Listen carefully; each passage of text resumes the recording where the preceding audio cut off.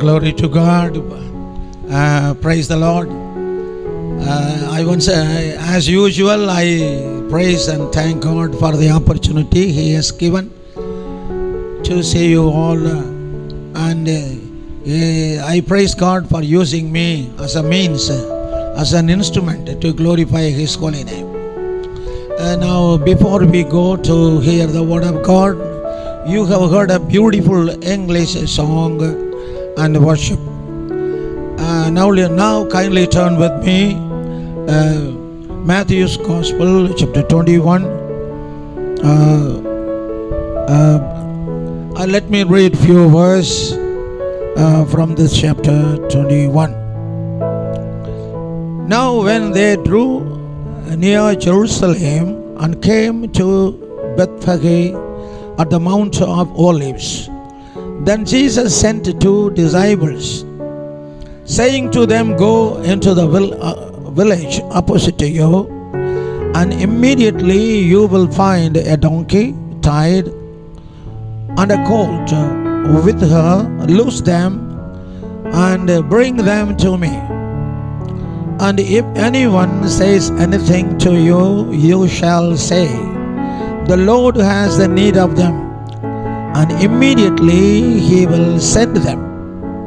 Shall we close our eyes and extend our heart and mind, wherein the Spirit of truth will have its dealing with us to have His glory.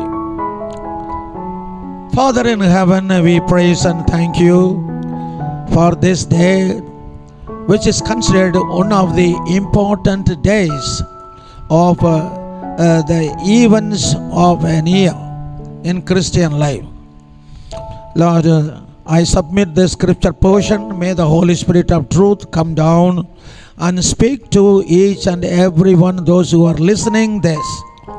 Lord, let me not give any word or explanation through my own self, my own understanding and my own mind. Lord, let Thy mind be revealed. Thank you, Lord. I bind the spirit of evil which comes to disturb. Thank you, Lord. I extend all the glory and honor unto you. In the matchless name of Jesus we pray. Amen. The whole agenda of an year's Christian life, there are many events we come across, and through the many dramatic events we used to change our Christian life. We used to understand the holiness of God. We used to change ourselves to have the likeness of Jesus and to have the transformation and consecration and so on and so forth. So this is one of the events which is I should say this is one of the important events. I should say the end of the ministry of Jesus when He was on the face of this earth 2000 years ago. Now this is I should say Jesus is preparing Himself for His distinctive entry to the city Jerusalem. For that He came near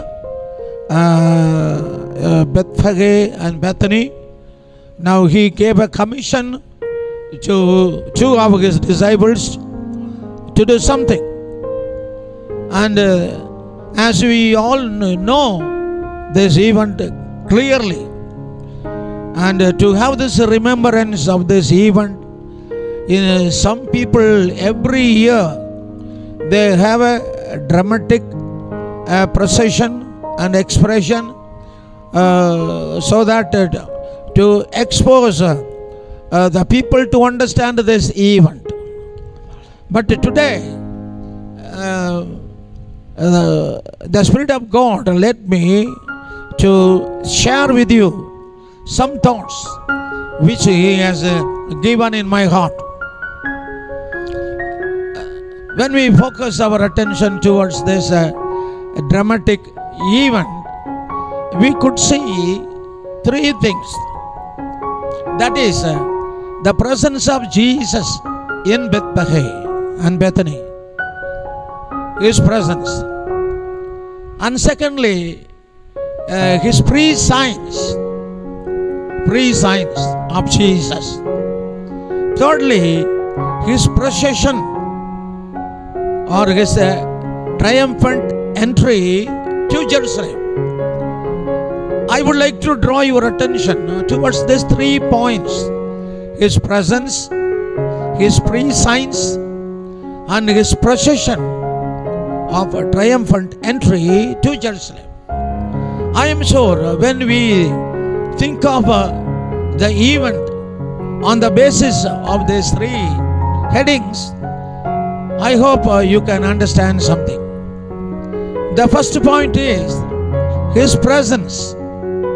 Now when He came, or when He drew near Jerusalem and came to Bethlehem, that means He make His presence in that place. The Heavenly Father, He wanted to deal with this sinful world. He wanted to deal with the sinful power of Satan. Please listen carefully. The Heavenly Father wanted to deal with the sinful world. He wanted to deal with the power of Satan. And He wanted to deal with the sinful people. For that, He is not doing something being in heaven, but He made His presence in this world. Presence through which He is dealing with His world, with the people, and with the power of Satan. So His presence is very essential. Presence. In Old Testament, this priest, they were doing the ministry unto God. So for that, God told them to prove His presence.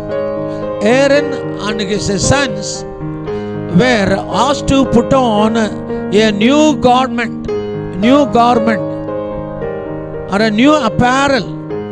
The format of the apparel and the format of the dress is clearly given by God. This should be the apparel whenever the priest come to the presence of the holy place. Without the dress, if Aaron and his sons enter into the holy place, they will die.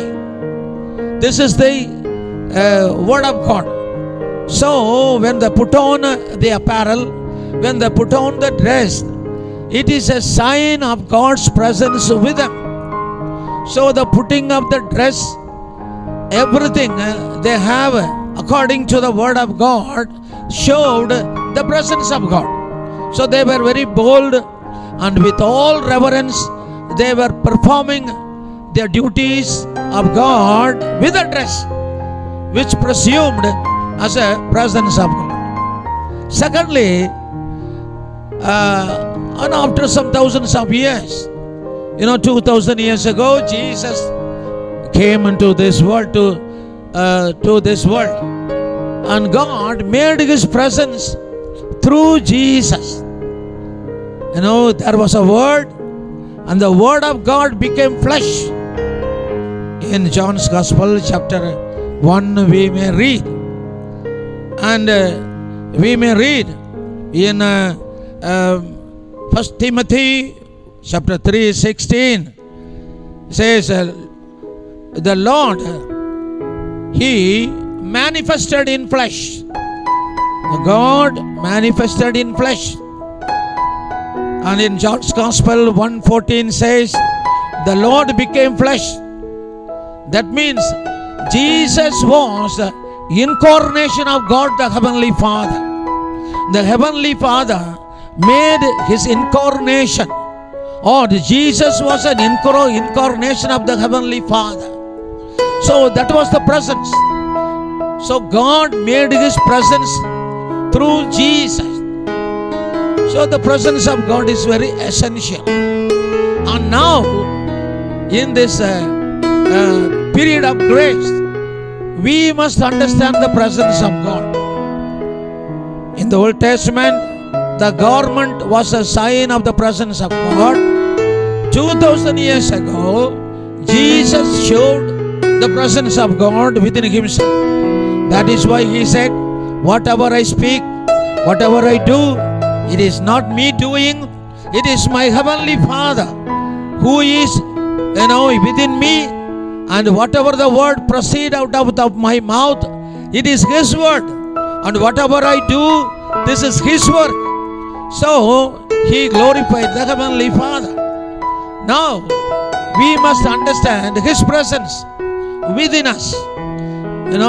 Without His presence, we cannot be dealt with. God cannot deal with us. God wanted to change ourselves. So in this world, there are two things. One is objective matters and subjective matters. What we hear through the messages, through the prophecy, or through the Bible, these are all the word of God. These are all the matters of God. But this is in an objective point of view. This has to be transformed to be a subject.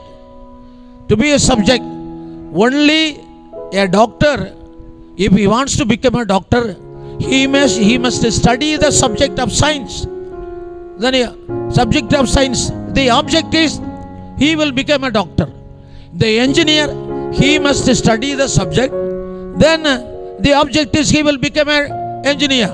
So to become an engineer, to become a doctor, these are all the objective in our mind. But for that, we have to be with a subject. No, we are all expected to be the children of God. That is the object. We are supposed to be the offspring of God. That is the object. We have to be the citizens of the new heaven and the new city. That is the object. For that, we have to be subject. Subject means we have to make it into practice. Here, so His presence will give us the understanding of transforming our mind, our heart, our life to have the likeness of Jesus. So whatever we hear, whatever we study, we have to see that this is a subject to have the transformation. So His presence is very essential. So now, my dear brothers and sisters, the presence of God in your life, if the presence of God is there, definitely your life will be transformed. If the presence of God is with you, definitely you will have a redemption. You will have a transfiguration. So these things, you will become a new man. You will have an attributes of God. So you can see a change in your life. You can have the image of Jesus. So all these things will happen when you think that this is a subject. What you are listening is to become transformed as a subject. Okay. Now this is the presence of God is very essential in Old Testament, in this world, and within you and me. Now secondly, here in this event, we can see Jesus having pre-signs. What is this pre-signs? It is nothing but he is a God or a man of omniscience. Omniscience, it is a very important quality. The omniscience is a very important quality of a person. When we come to Jesus, if you read Hebrews chapter 4 and 13, there is no creature hidden from His sight. All things are naked and open to His eyes. Now why we think of the pre-signs of Jesus? That means Now we can see the presence of Jesus in Bethlehem. Now secondly, his pre-signs, what is that? That is, some commission has to be accomplished through somebody. And for that, the pre-signs is very essential. What is the pre-signs? Now he called two of his disciples and he clearly gave instruction to go to the village opposite to him. There God said, you may find a donkey tied and a colt with her. So because he is a man of having pre-signs, foreknowledge, foresight, forething, nothing is hidden. All over this world. Now you are listening. I used to tell you, you are not hidden from the sight of God. Even before your prayer comes out of your mouth, God knew what you need in your heart. God knew about your mind. God knew about your character. God knew what you want. Now I tell you, this is a message God is talking to you. Nowadays in our church, we used to pray for the more than today. It is 39th day. We are praying every day evening. And I asked to make the people to understand all our needs are known to God who is living, who is risen, who is being with us even to the end of this world. So, even though such being the fact of his presence, we should have a confirmation. God knew very well about my position, about my condition of the family, my need. So all that God needs is, we must by faith, now we have to claim in the name of Jesus. That is a prayer. Lord, I believe that you have given. I believe that you have made my need. We should not pray according to my concept. Lord, you give me this, you give me this, you do this, you do this, do this. No, this is not according to my understanding. This is not the type of prayer. By faith we have to say, Lord, as you have created, as you have chosen, as you have given me redemption, as you have made me to be your child, and I know that you have prepared everything for me in this world. Lord, we have to praise and thank that, Lord, you have done everything for my life. This should be the prayer with the faith. Now, okay, the pre-signs, accordingly, the disciples they have gone, they have seen the colt and the young one tied with that. And when they were losing them, according to the word of God, someone came and asked, we are losing the donkey. And they said, the Lord needs it. This dramatic expression gives us an impact of understanding. What is this understanding? Now we have to be loosed. We means our soul. Our soul means we. We means our soul. Our soul means we. We are under the bondage of the power of this world. That means the soul is under the power of this world. The soul needs deliverance. It should be loosed. For that, God sent two persons. One is the word of God and the other is the Spirit of God. The two things comes into our soul.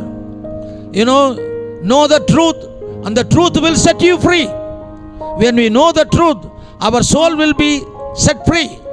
Then, where there is a Spirit of God, there will be deliverance.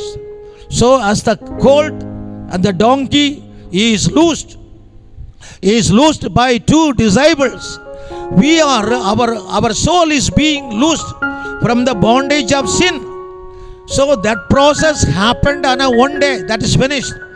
But every day, we have to keep on having, we have to be loosed. That means our old nature have to be degenerated. We have to set free from our own concept, from our own self-righteousness, for our own self, style of life. These are all the things by which our soul is bound. Our soul is bound. My dear brother and sister, the dramatic event that is present in this scripture portion at the end of the ministry of Jesus 2000 years ago, that means we have to be loosed from the bondage of sin, of the power of this world. So, the power of this world present within us in disguise of ourselves, our own self-concept, our own self-righteousness, our own self-style of life, our own self-opinion.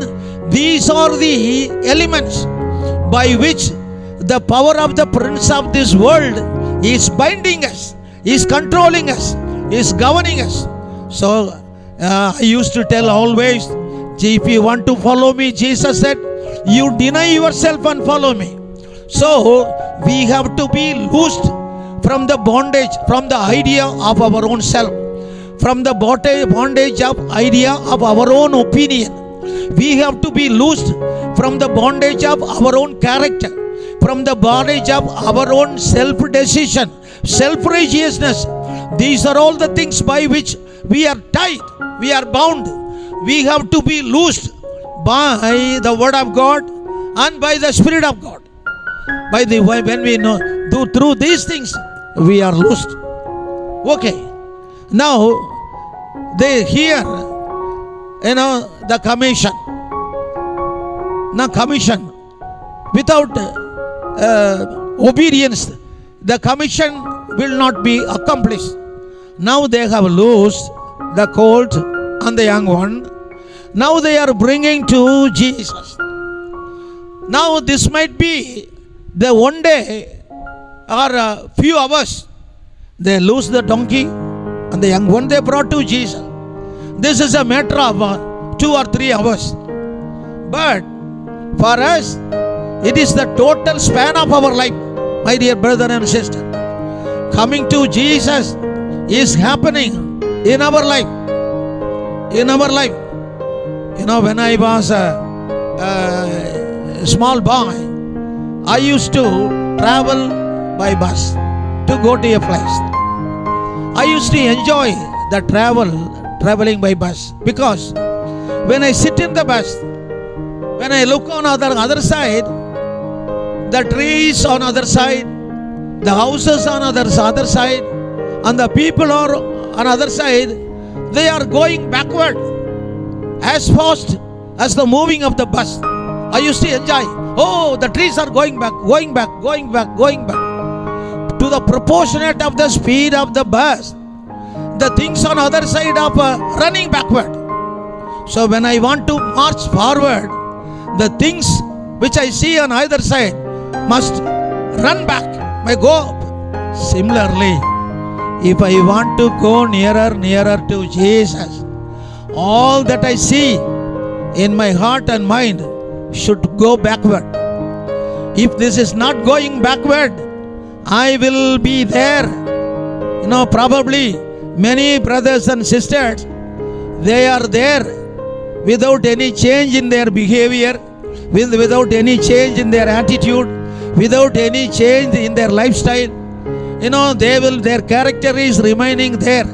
They might have taken baptism.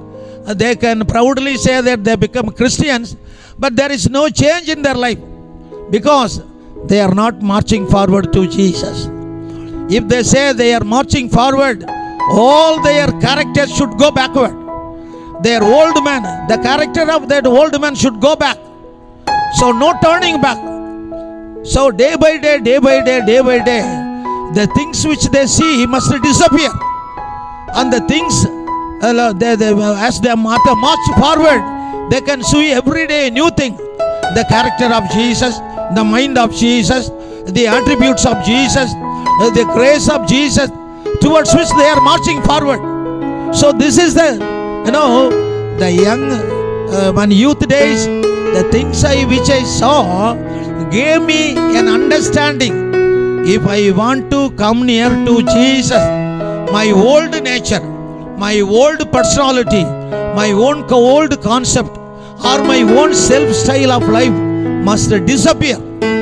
Then that will show that I am marching towards Jesus. I am marching towards Jesus. The donkey and the colt were brought to Jesus, and the old place was disappeared to the donkey. Now there's a pre-science. This matter is over. The pre-science is consisted of the proclamation, a prophecy of Jesus, and the commission of Jesus, and the accomplishment of the commission. Now the two disciples went there, they loosed the colt and the donkey, they brought to Jesus. Similarly, this is an implication that we have to be brought our soul unto Jesus. Now thirdly, what is the third point? First we saw the presence of Jesus within us. Second, we saw the prescience of Jesus, or the foreknowledge of Jesus. Now here one more point. If you have Jesus within you, the foreknowledge of Jesus will be established in your mind. The foresigns of Jesus will be established in your mind, so that you know what will happen, because the foresigns of Jesus will be there in your mind and my mind. So Jesus said, put on the mind of Jesus. If we have the mind of Jesus, we will never be troubled. We will never stumble when we go to a new situation, when we go to new circumstances, when we confront new things. We will never be troubled, because we knew already what is going to happen. So as long as Jesus is there, you are having a prescience, the mind of Jesus. So it is very necessary to have the presence of Jesus within you and me. As we have the presence of Jesus within you and me, naturally we will be put on the prescience of Jesus, the foreknowledge of Jesus in our mind, whereby we will be a spiritual man. We will be led by the Spirit of God.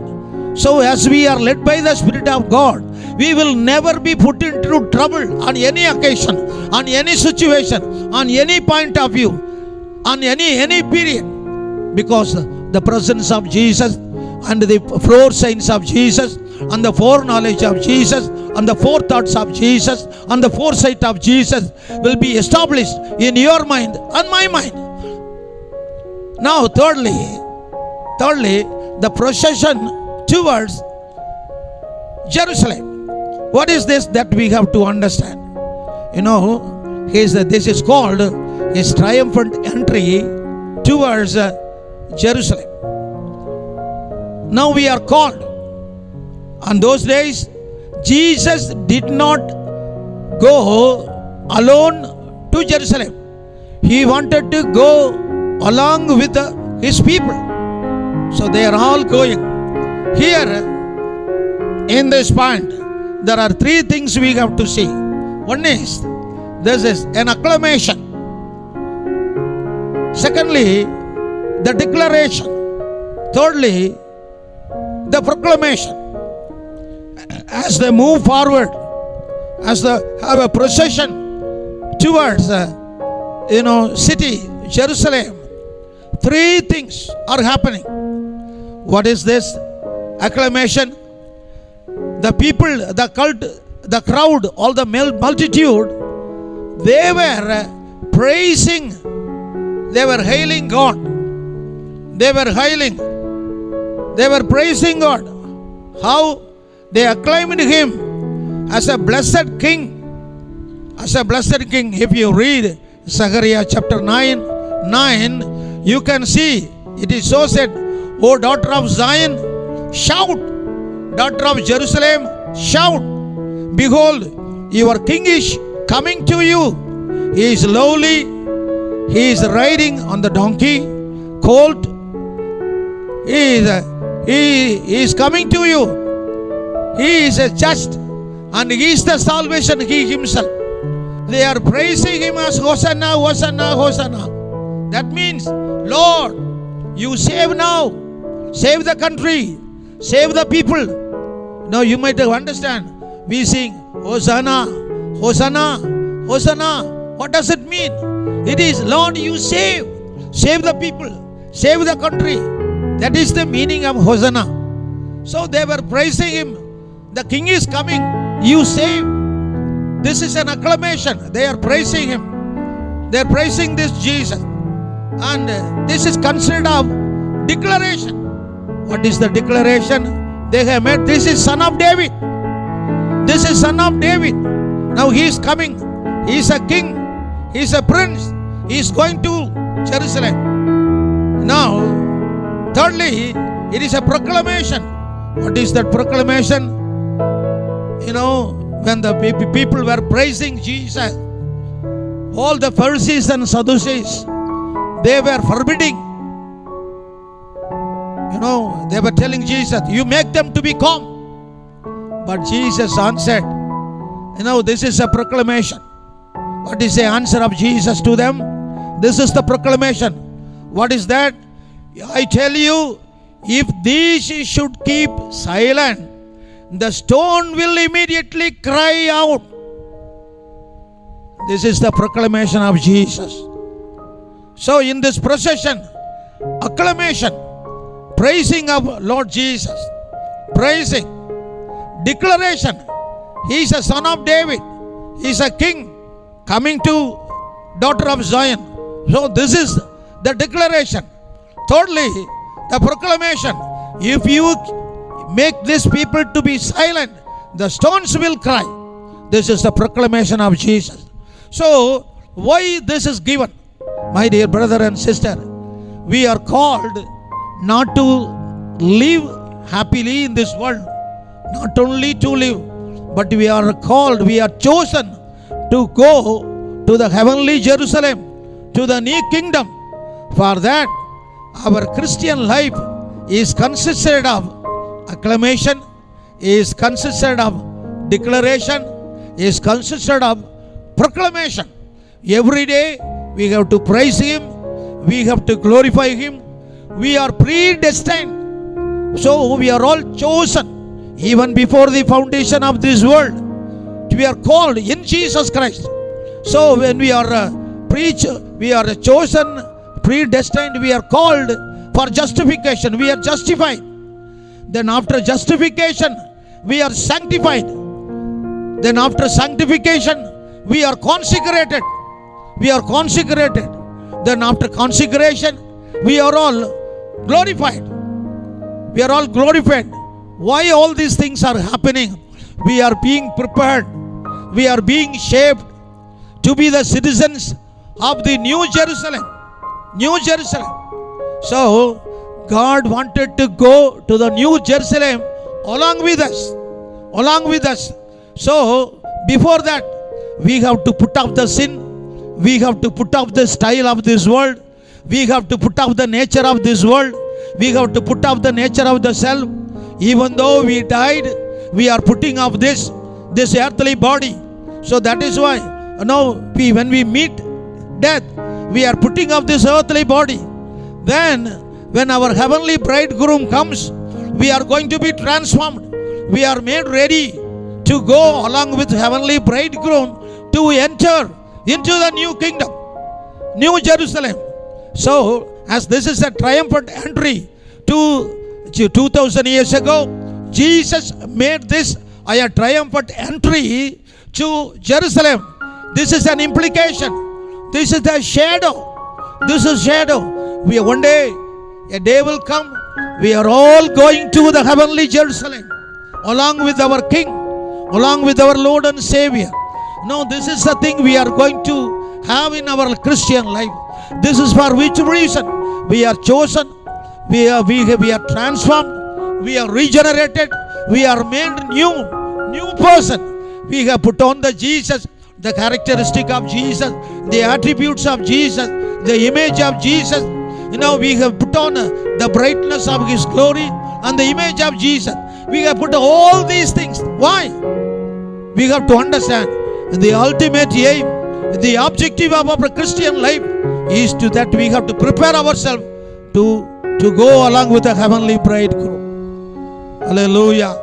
My dear brother and sister, I'm sure you might have understood the purpose of this event, the purpose of this dramatic event, this preparation of Jesus, of the triumphant entry, and the proof that we have to have the preparation to our triumphant entry into a new Jerusalem. Shall we close our eyes and pray unto God? Father in heaven, I praise and thank you. Praise and thank you for this opportunity you have given me to meditate this event and make my mind filled with your thought. And Lord, thank you for the grace you have given me. Lord, through your grace, all these, Lord, messages came out of my mouth through your grace. Thank you, Lord Jesus. Thank you, Lord. Lord, I pray for the people who are listening. Lord, they have to, from today onwards, they have to make themselves to have the presence of God in their life, in their heart, in their mind. This is very important. Without the presence of God, there is no chance. In your presence there will be fullness of joy. So make sure of the presence of God. That will give us happiness. Then secondly, Lord, we have to have the pre-signs of God in our heart and mind, whereby our heart and mind will be established. The mind of Jesus, the pre-signs of Jesus, the pre-knowledge of Jesus, the thought of Jesus, there whereby we will never stumble in our life. Lord, those who are listening, Lord, let them be blessed, not only with the presence of God, but by the force, pre-signs of Jesus. Thirdly, Lord, let them have the life, in their life, let them have the proclamation, let them have the acclamation, let them have the declaration, let them have all these, Lord, all these aspects to have the change in their life. Thank you, Lord. Bless them, Lord. Bless them, Lord. I pray in the wonderful name of Jesus. Amen.